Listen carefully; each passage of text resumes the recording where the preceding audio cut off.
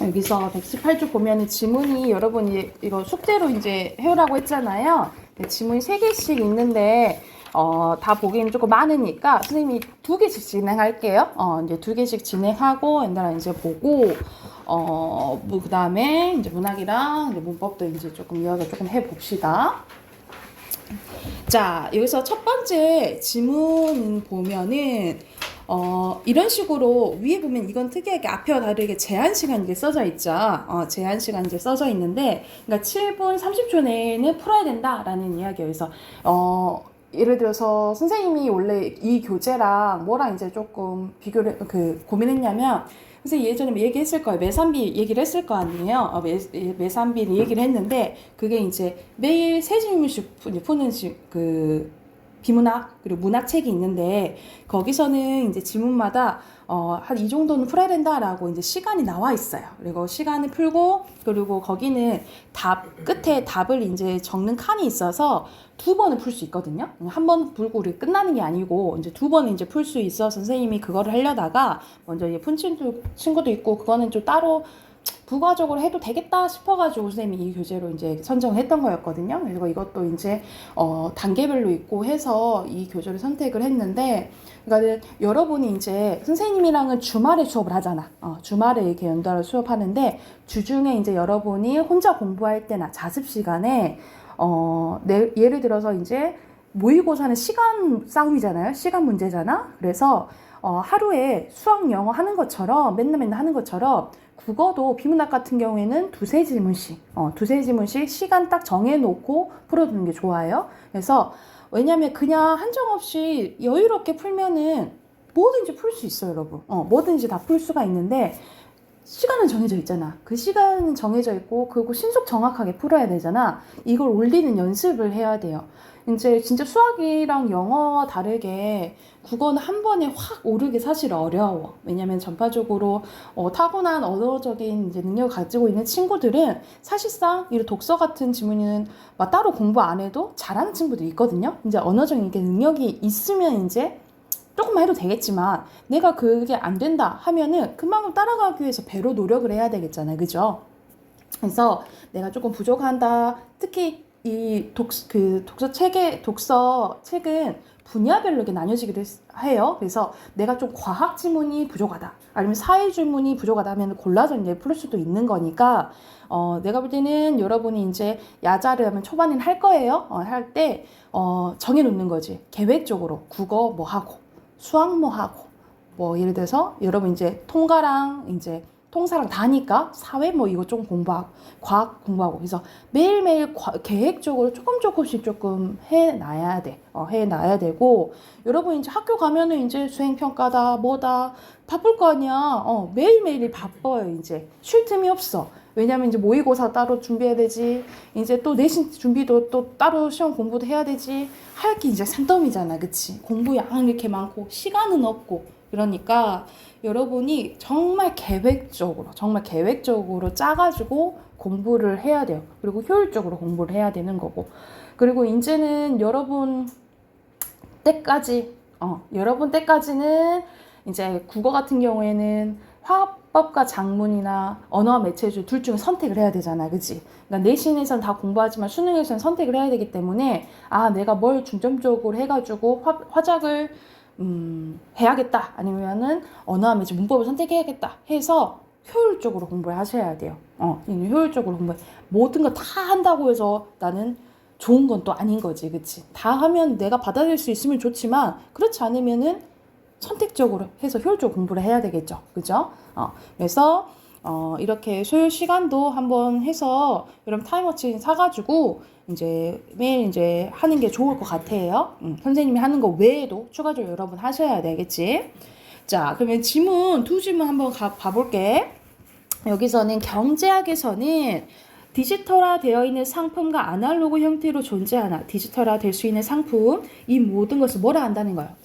정보재라고 하는데 예를 들어 예시 나오네. 각종 컴퓨터 소프트웨어뿐만 아니라 영화, 방송 등의 콘텐츠 및 이들의 디지털화된 것이 이에 해당되는데, 그렇다면 정보재는 어떠한 특성이 있으며 생산자는 어떤 전략으로 정보재를 소비자에게 판매하고 있을까 하고 의문 제기한 거야.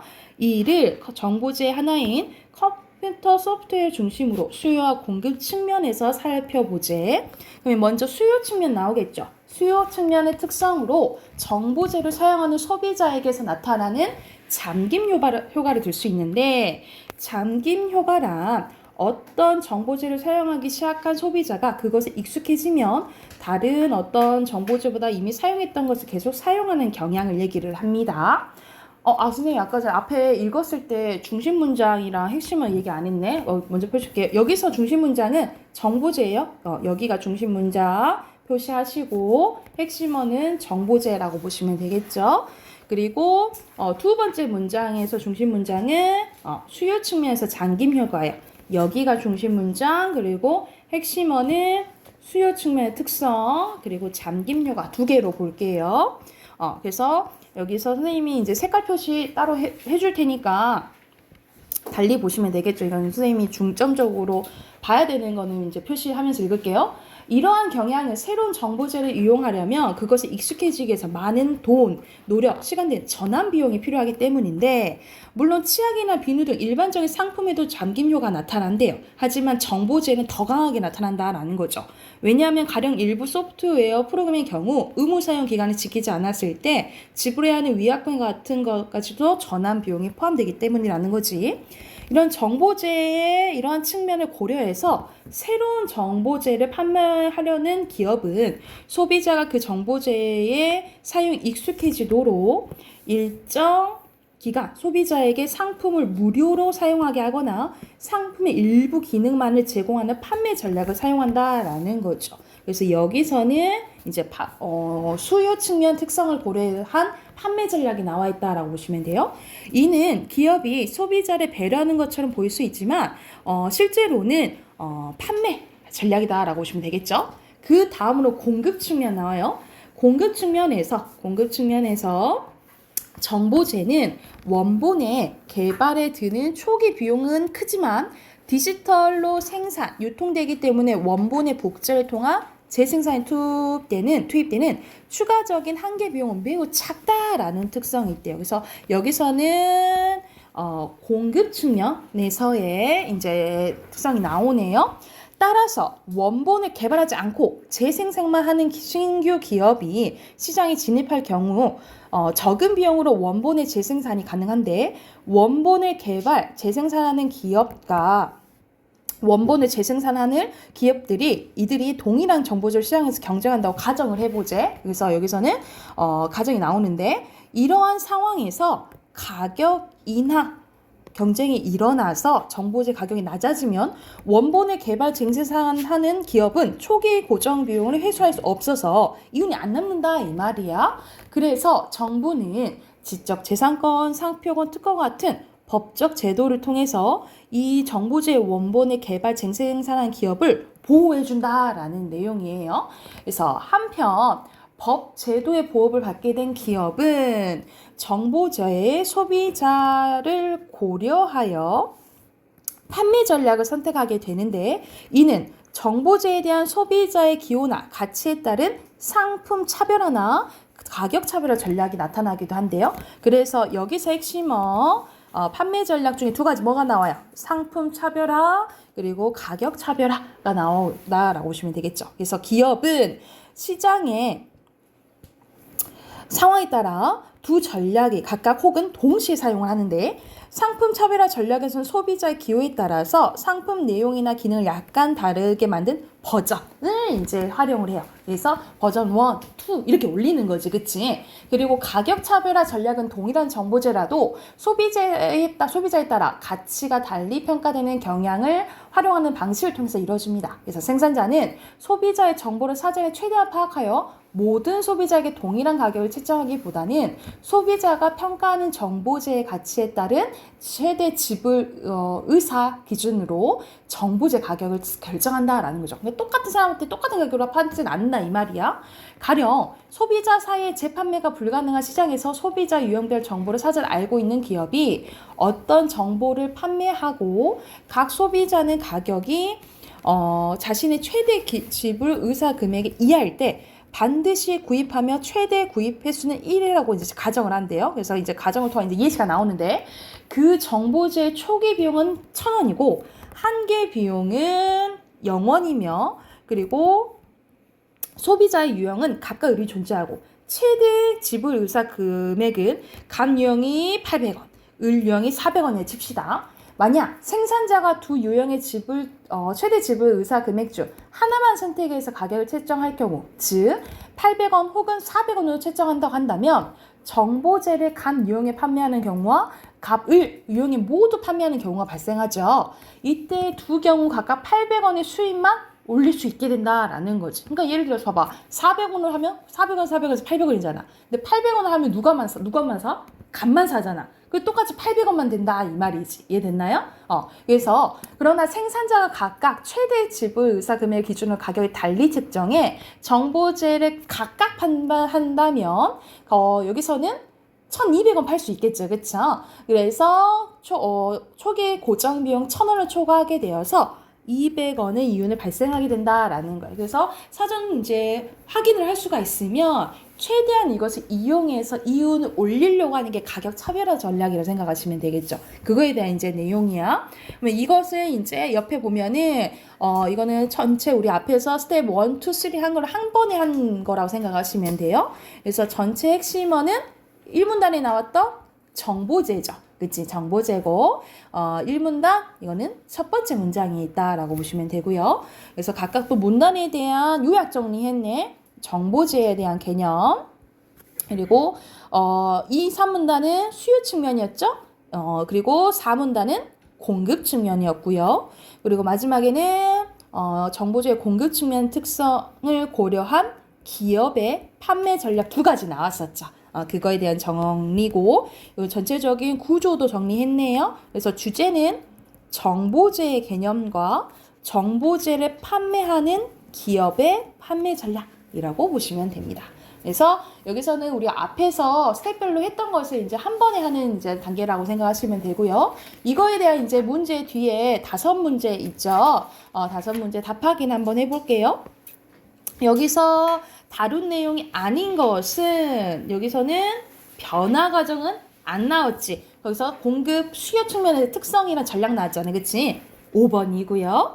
그리고 윗글에 있고 보기에 대한 추론으로 적절하지 않은 것은 여기서는 보기 한번 봐볼게.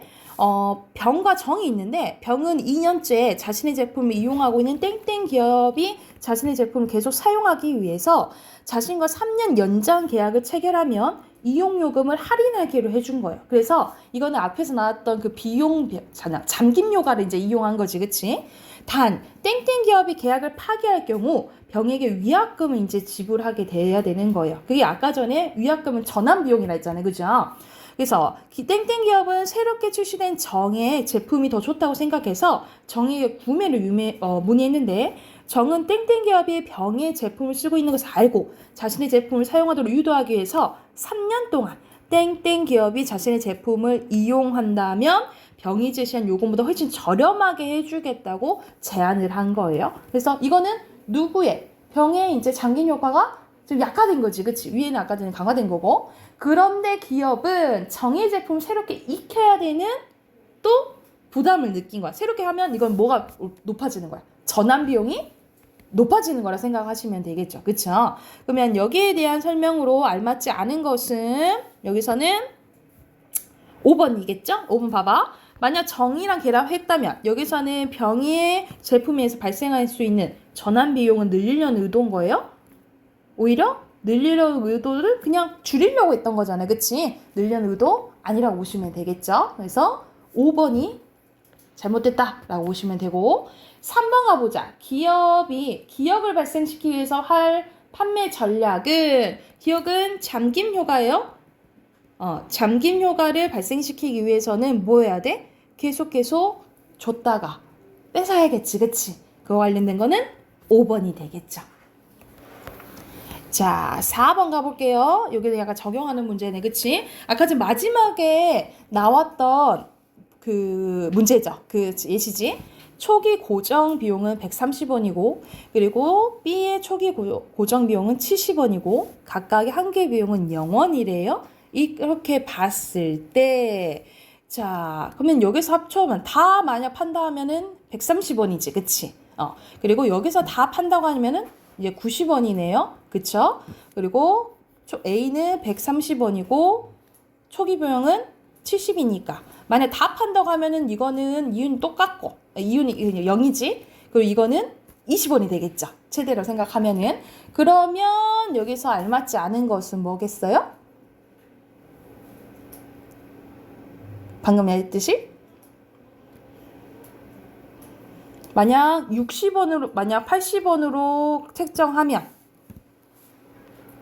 같으면 팔리겠죠? 그치? 같으면 팔리는 거 맞죠? 그리고 A번은 출시 60원으로 해요. 그러면 둘 다 팔리지. 그러면 둘 다 팔리면 얼마예요? 120원이죠. 그쵸? 120원이잖아. 그러면은 고정 비용보다 많아요? 고정 비용 아까 A는 뭐였어? 130원이었잖아. 얘한테는 많겠지만 얘한테는 적죠? 그치? 2번이 답이네. 2번이 답이고요. 그리고 5번의 A는 초기에 개발에 들다, 비용이 들다 이런 뜻이에요. 그러면 정확한 건 돈이 든다는 소리지? 3번이죠. 자, 두 번째 질문도 바로 해볼게요. 두 번째 질문은 아마 좀 기억날 거예요. 인문에 관련된 이제 이야기인데 우리가 이거는 조금 했던 기억이 나는 부분이어서 중심 문장 위주로 한번 봐볼게요. 자, 중심 문장.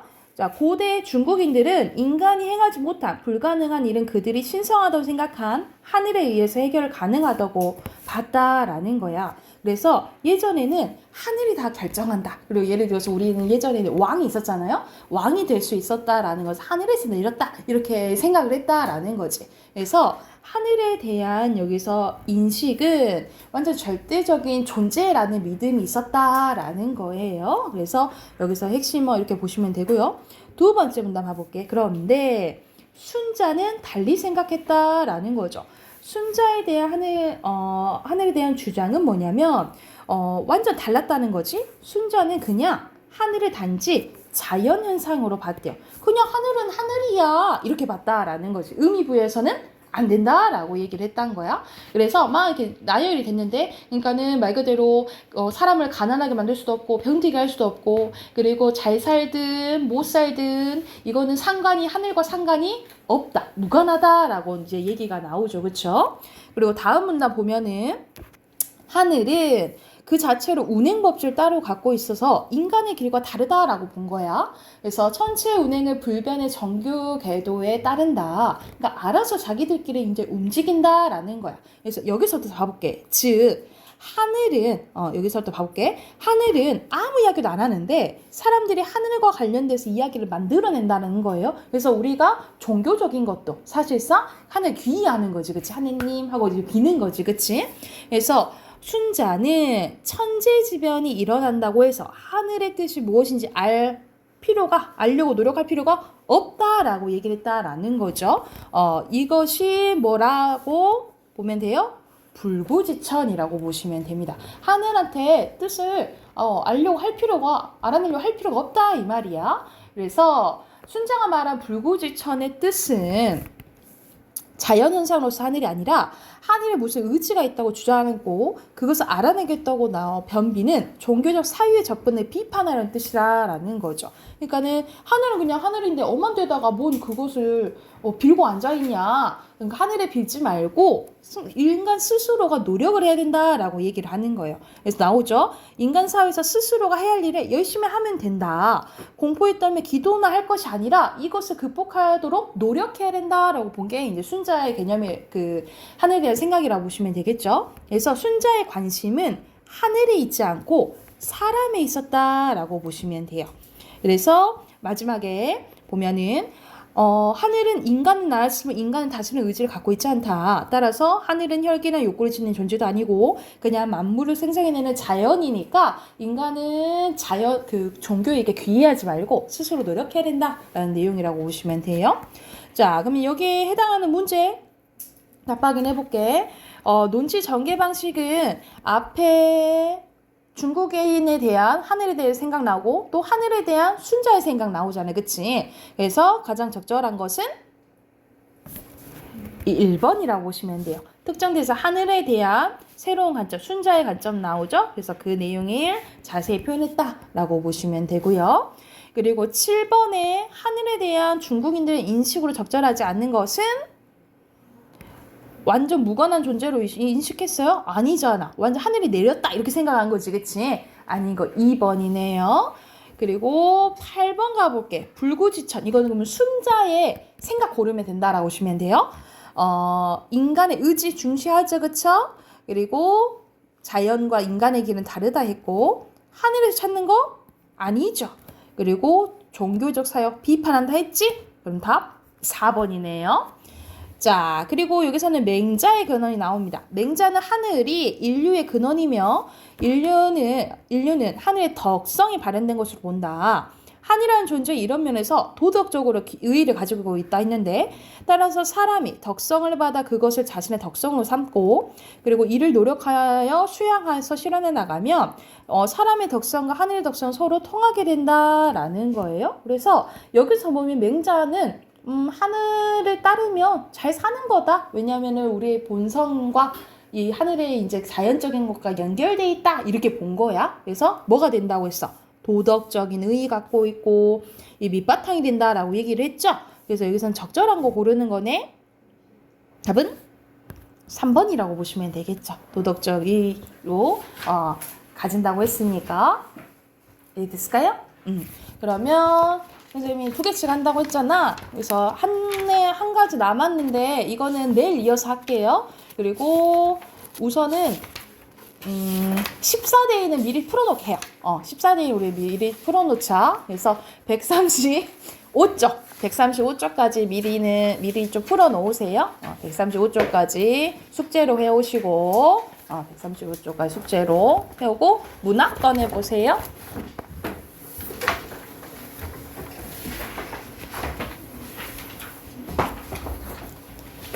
문학은 109쪽입니다. 109쪽.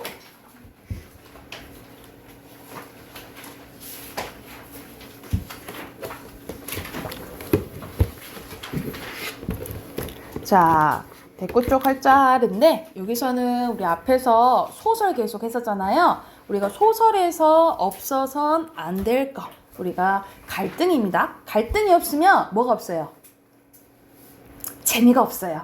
그래서 갈등이 있어야지 이제 재미가 있고, 그리고 소설에서 대체적으로 많이 나오는 이제 문제 중에 하나가 시점이에요. 이 시점인데 이 시점의 효과들에 대해서 많이 이제 문제가 나온다라고 생각을 하시면 돼요. 그래서 그 말장난 많이 치잖아. 화자가 작품 속에 있는지, 작품 밖에 있는지, 그리고 심리를 알고 있는지, 없는지, 그거를 이제 소설을 여러분이 처음 본 소설을 읽고도 이제 이거 전지적이네, 아니면 삼인칭 관찰지 시점이네, 이걸 이제 알 수 있어야 되겠죠. 그쵸? 자, 먼저 갈등에 대한 개념입니다. 갈등은 인물이 마음속에 혼란을 느끼거나 어떤 대상과 대립하는 거라고 보시면 돼요. 그래서 여기서는 이 칡나무 갈자와 등나무 등자, 그래서 이런 나무들이 얽혀 있는 모습을 이제 갈등이라고 이제 표현한다라고 생각하시면 돼요. 그래서 갈등의 역할은 새로운 사건이 전개하고요. 보통 이제 사건이 시작하면서 갈등도 시작한다라고 생각하시면 돼요. 인물의 성격을 강화하고 갈등이 발생한 해결하는 과정에서 주제를 드러낸다라고 생각하시면 됩니다. 그래서 주제는 보통 갈등이 진행되고 해소되면서 주제가 많이 드러난다라고 생각을 하시면 돼요. 갈등의 종류는 여러분 알고 있잖아. 크게 두 가지로 나뉘어져 있죠. 내적 갈등과 외적 갈등. 내적 갈등은 짜장면 먹을까, 짬뽕 먹을까, 한 인물 안에서 고민하는 거, 이럴까, 저럴까, 고백할까, 말까, 이제 고민하는 걸 내적 갈등이라 하고, 외적 갈등은 말 그대로 인물이 있으면 그 외의 것들과 부딪히는 걸 생각하시면 돼요. 그래서 총 4가지로 나뉘어져 있는데, 인물과 인물의 갈등. 보통 소설은 인물과 인물의 갈등을 생각하시면 되겠죠. 이제 사람들 이야기 나오니까. 그리고 인물과 사회의 갈등인데 인물과 사회의 갈등에 가장 예시로 많이 나오는 게 홍길동전. 그리고 사랑손님과 어머니가 대표적인 작품이에요. 많이 나오는 작품들이야 갈등할 때. 왜냐하면 홍길동전은 우리 배경이 조선시대죠. 그래서 대표적으로 홍길동이 유명한 대사 있잖아. 형을 형이라 부르지 못하고 아버지를 아버지라 부르지 못하고 왜 그래? 뭐 때문에 그래요? 신분 때문에 그런 거죠. 그러니까는 이때 당시에 조선시대 때는 본처를 두고 일부 다처제였잖아. 그치? 첩을 둘 수가 있었다는 거죠. 이 처첩 제도 때문에 또 어떤 게 있었냐면 본처와의 자식을 적자라고 하고 첩가의 자식을 서자라고 했는데 이 적서 차별 제도가 있었다라는 거지. 그래서 우리가 조선시대 때는 남자로 태어났으면 우리 과거 시험 봐가지고 출세해야 되는데 말 그대로 벼슬 해야 되는데 보통 이제 시험에는 문과가 있고 무과가 있어요. 그럼 뭘 더 쳐주겠니? 아무래도 몸으로 하는 것보다 글하는 걸 쳐줄 거 아니야, 그치? 이 문과를 더 쳐주는데 서자는 이 문과 시험을 볼 수가 없었어요. 그러니까는 더 이렇게 나가고 싶어도 그렇지 못한다는 거지. 그래서 이 홍길동이가 답답해가지고 이제 사건을 일으킨 거죠. 말 그대로 사건을 일으키게 된 거라고 생각하면 되고 사랑손님과 어머니는 뭐냐면 이 배경이 1930년대거든요. 이 대표적으로 여기서는 이 사랑손님과 어머니는 많이 나오는 게 시대적인 것도 있겠지만 이 시점의 효과가 많이 나오거든요. 여기서 시점이 이 어머니의 딸인 오키예요. 그래서 어린아이의 시점으로 어른들의 사랑을 되게 순수하게 그려서 그 효과에 대해서 많이 나오거든요. 그래서 특히 오키가 이제 사랑손님과 어머니를 보는데 오키 아버지는 일찍 돌아가셨어요. 돌아가시는데 이 아버지의 먼 친구인 사랑손님이 말 그대로 사랑방에 이제 새들어 살게 돼요. 새들어 살게 되는데 둘이 이제 호감이 있어. 둘이 호감이 있는데 이때 당시에는 어머니가 여자가 재혼하는 것에 대해서 막 욕할 때였어요. 어디 여자가 이러면서 재혼을 해 하면 손가락질 할 때였어. 그러니까는 둘이 호감이 있어도 사회의 시선이 너무 두려웠던 거지. 그래서 결국 사랑손님이 어머니한테 이제 고백을 하는데 어머니가 이제 너무 막 힘들어 하다가 거절을 해요. 그래서 마지막에 사랑손님이 떠나면서 이제 끝나게 되거든요. 그럼 결국 인물과 사회의 갈등 중에 누가 이겨버린 거야? 사회가 이겨버린 거죠. 그쵸? 이 대표적인 작품이고 그리고 인물과 운명의 갈등은 대표적인 가장 많이 나온 게 이거 선생님이 자주 얘기했는 역마예요. 역마는 말 그대로 역마싸 꼈다. 사주 역마싸 꼈다라고 해서 어디 한 곳에 정착하지 못하는 이야기인데 결국 이것도 주인공이 정착하지 못해요.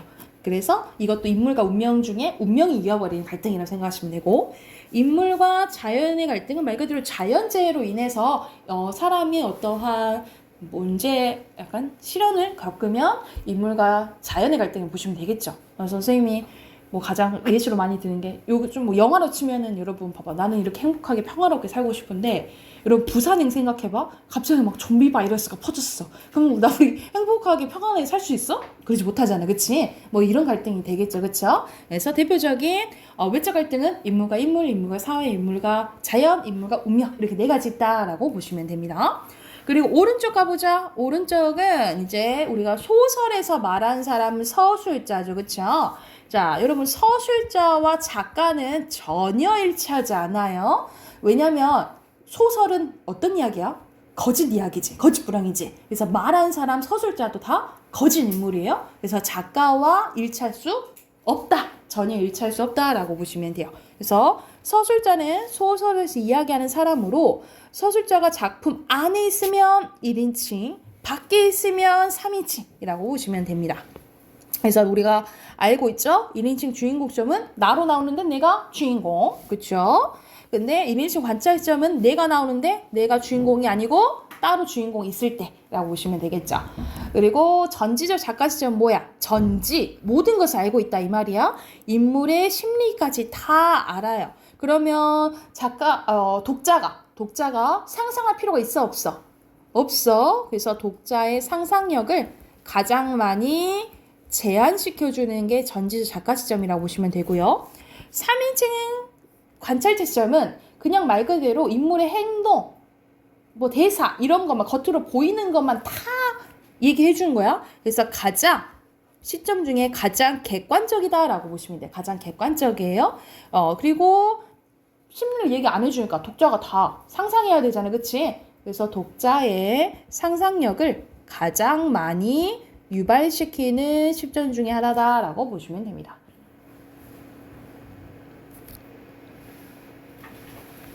됐죠? 그러면 밑에 예시문 같이 한번 봐보자. 여기서는 영영전 고전 소설 중에 하나네요. 여기서는 다 나와 있다. 작품 밖의 서술자가 노파의 속마음까지 다 서술한대. 그럼 뭐야? 다 알잖아. 전지적 작가 시점이죠, 그쵸? 윤채야. 전지적 작가 시점이지, 그치? 자, 그리고 김현수의 리기다 소나무 숲에 갔다가 나와 있네. 윗글의 작품선 내가 도락과 아저씨 이야기를 전달하고 있으므로 윗글의 서술자는 나잖아, 나요? 1인칭 서술자고 시점은 그러면 도락과 아저씨 이야기를 전달하고 있으니까 도락과 아저씨가 주인공일 거 아니야, 그쵸? 그러면 시점 뭐겠어? 1인칭 관찰자 시점이겠죠. 됐을까요? 이런 식으로 여러분이 소설을 읽고 시점 파악할 수 있어야 돼요. 그러면 앞으로 가서 작품 2개 한번 봐볼게요. 103쪽으로 갑니다. 자, 103쪽에 보면은 조금 예스러운 지금 읽으면 뭐야 이런 느낌이 드는 이제 소설이긴 한데 한번 봐볼게요. 자, 가족을 찾아 헤매던 소는 이름 손이라 보시면 돼요. 물이 찬 폭우에 산봉우리가 비치는 모습에 학이 날아온 듯하여 이름이 붙여진 선학동이라는 데를 가게 됩니다. 소는 우연히 찾은 주막의 주인 사내에게서 소리꾼 여자에 대한 이야기를 이제 전해 듣게 되는 거예요. 소는 아직도 여자와 자신의 인연에 대해서 분명히 말 한마디도 없었는데 하지만 그는 이제 학이 알지 못하는 선학동에 아비의 유고를 묻고 간 일을 자신의 아버지의 유고를 묻고 간 여자애를 제일처럼 안타까워하면서 얘기를 해줬다 이 말이에요. 그러면 여기서는 딱 봐도 심리가 조금 다 나오는 것 같죠, 그쵸? 전지 작가 시점이라고 보시면 되겠죠, 그치? 주인은 그것으로 모든 일이 분명해진 것 같았다. 그리고 그것을 만족한 것 같았는데 다시 입을 열기 시작합니다. 아니 노영아, 아까 내 얘기를 잊었구만요. 여자가 한 일은 부실함이 없는 것이 아니었어. 여자가 간 뒤로 이 선악동에 다시 학이 나기 시작했다는 게요. 여자가 이 선악동에 다시 학을 나게 했어요. 폭우물이 막혀버린 이 선악동에 아직도 학이 나고 있는 것을 본 사람이 그 눈먼 여자였다라는 거지.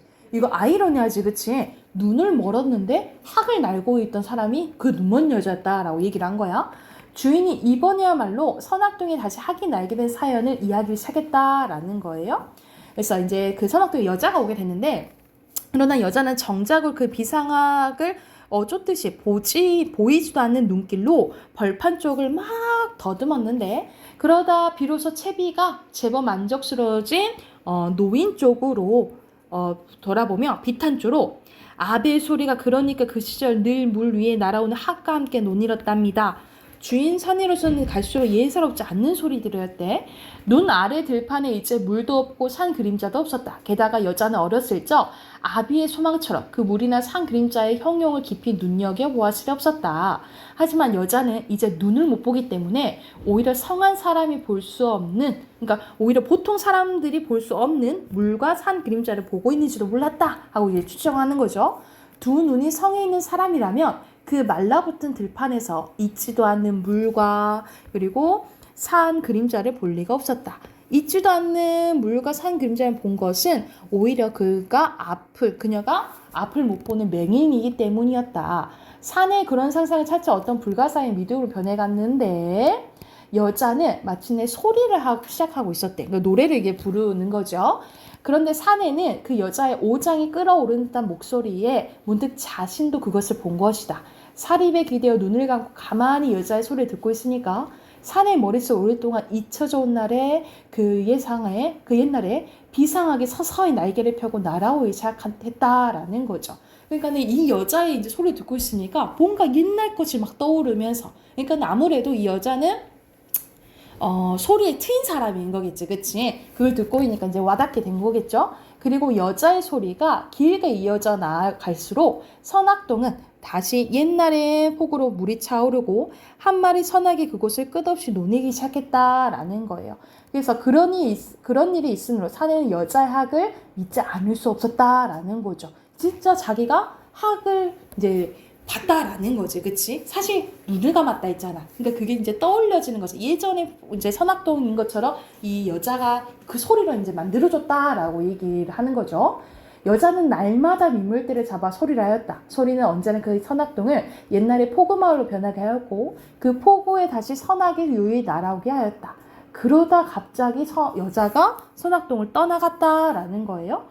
하지만 사내는 여자 그렇게 선악동을 떠나가고 나서도 그녀의 소리가 여전히 귓전에 맴돌고 있었다. 그 소리가 귓전에 울려올 때마다 선악동은 다시 포구가 되었고 그녀의 소리는 한 마리의 선악과 함께 물리로 논일었다. 아니 이제 그 소리가 아니라 여자 자신이 한 마리 학이 되어서 선악과 포구 물리에 끝없이 논일었다라는 거죠. 그러니까 사내는 그 여자를 이제 못 잊는 거지, 그치? 못 잊고 계속 떠올리는 거예요. 그래서 여자는 어디로 떠난 것이 아니요. 그 여자는 이 선악동에 학이 되어버린 것이요. 학이 되어서 언제까지 이 하늘을 떠난단 말이요. 하면서 완전히 이 사람한테 각인됐다라고 생각하시면 되겠죠.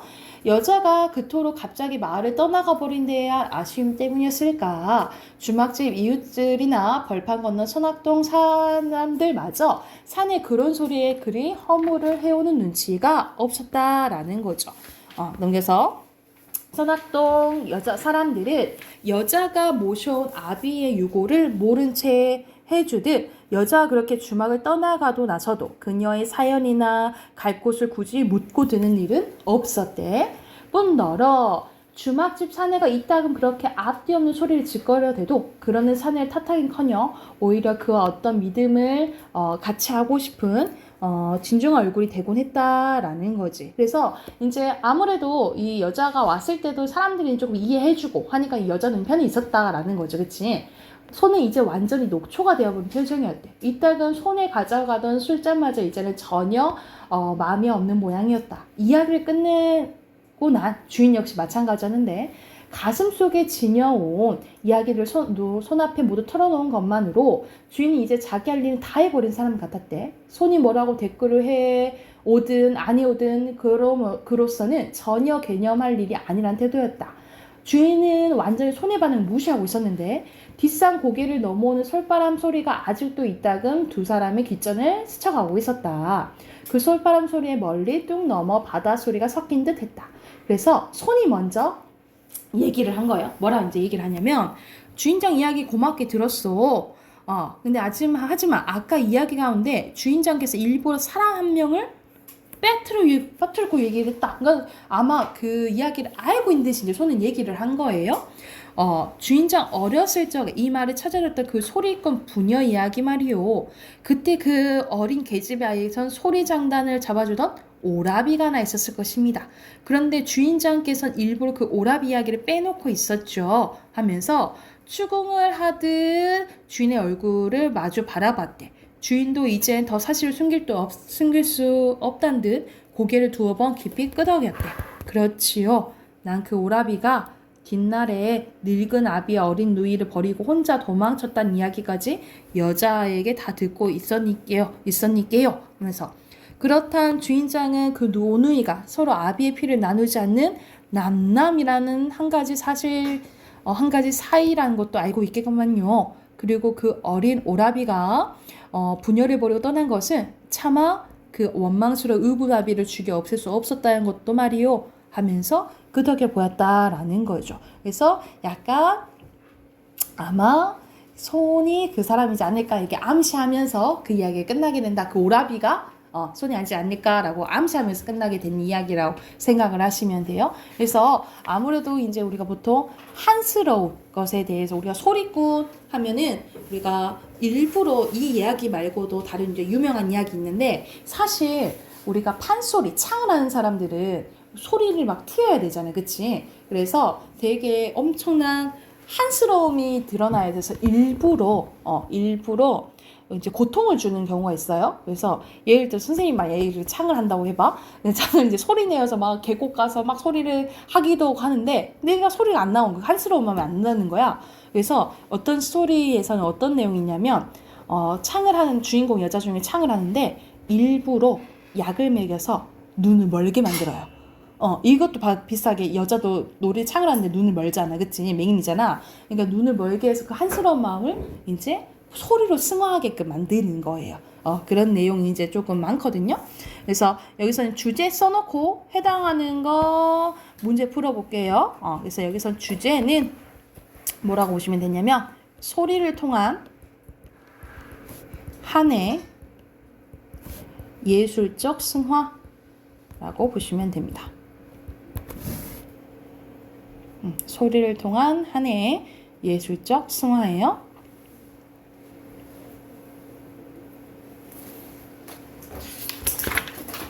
그러면 넘겨서 1번부터 5번까지 문제 있거든요.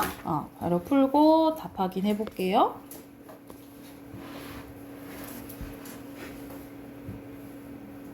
자, 답 확인해 보자. 자, 1번에 알맞지 않은 거 여기서는 노영과 주인 사내가 얘기하고 있는 거잖아, 서로.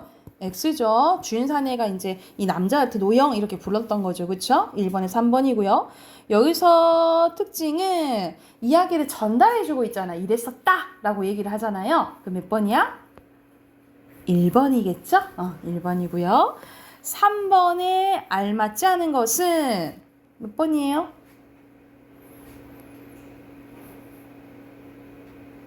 누가 전해 듣고 있는 거야? 손이 주인 사내로부터 이야기를 듣고 있는 거죠. 그쵸? 아닌 거 3번이죠. 그리고 4번에 적절하지 않은 것은 여기서는 4번입니다. 그쵸? 그리고 여기서는 5번에는 뭔가 길지만 보기만 봐도 여기서는 보기만 봐도 내용적으로 기억하고 있다면 바로 풀 수 있어요.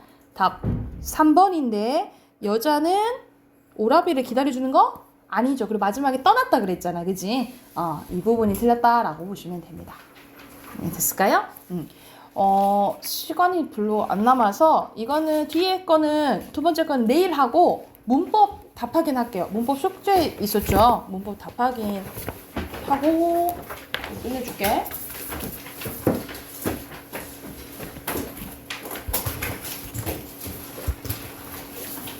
문법 135쪽 맞나요? 135쪽 할 차례 맞아요? 선생님 뒤에는 혹시 숙제 안 내줬죠? 뒤에 숙제 안 내줬죠? 그래요? 135쪽까지만 내줬나요? 엄청 객관적인데 135쪽 답 확인해볼게. 자, 135쪽 보면은 받침 발음되는 거 대표음은 키읔이죠. 그리고 쌍시옷, 지읒, 치읒, 그리고 피읍이고요. 발음되는 거 너 예시로 기억하시면 되겠죠. 그리고 리을 왜 골 이렇게 생각하면 되고 그리고 갑이죠. 그리고 발음 겉옷 맞고요. 앞으로 맞죠. 그리고 없어지 된 소리 나요. X고요. 그리고 표준 발음은 적절하지 않는 것은 있는인데 봐봐 어떻게 되냐면 음절 끝소리 규칙에 따라서 디귿돼요. 그리고 비음화돼서 있는이 되겠죠. 있는이에요. 1번이네요. 그리고 밑에 빈칸 자음 그리고 니은 첨가 이렇게 쓰시면 되고 자 옆에 빈칸 넣어보자. 리을 비읍은 리을이 원칙 미음 3 그리고 여기는 기억이 원칙이죠. 그리고 비읍 그리고 리을이에요. 그래서 넓고잖아. 그치? 예외도 아니고요. 담고 아니고요.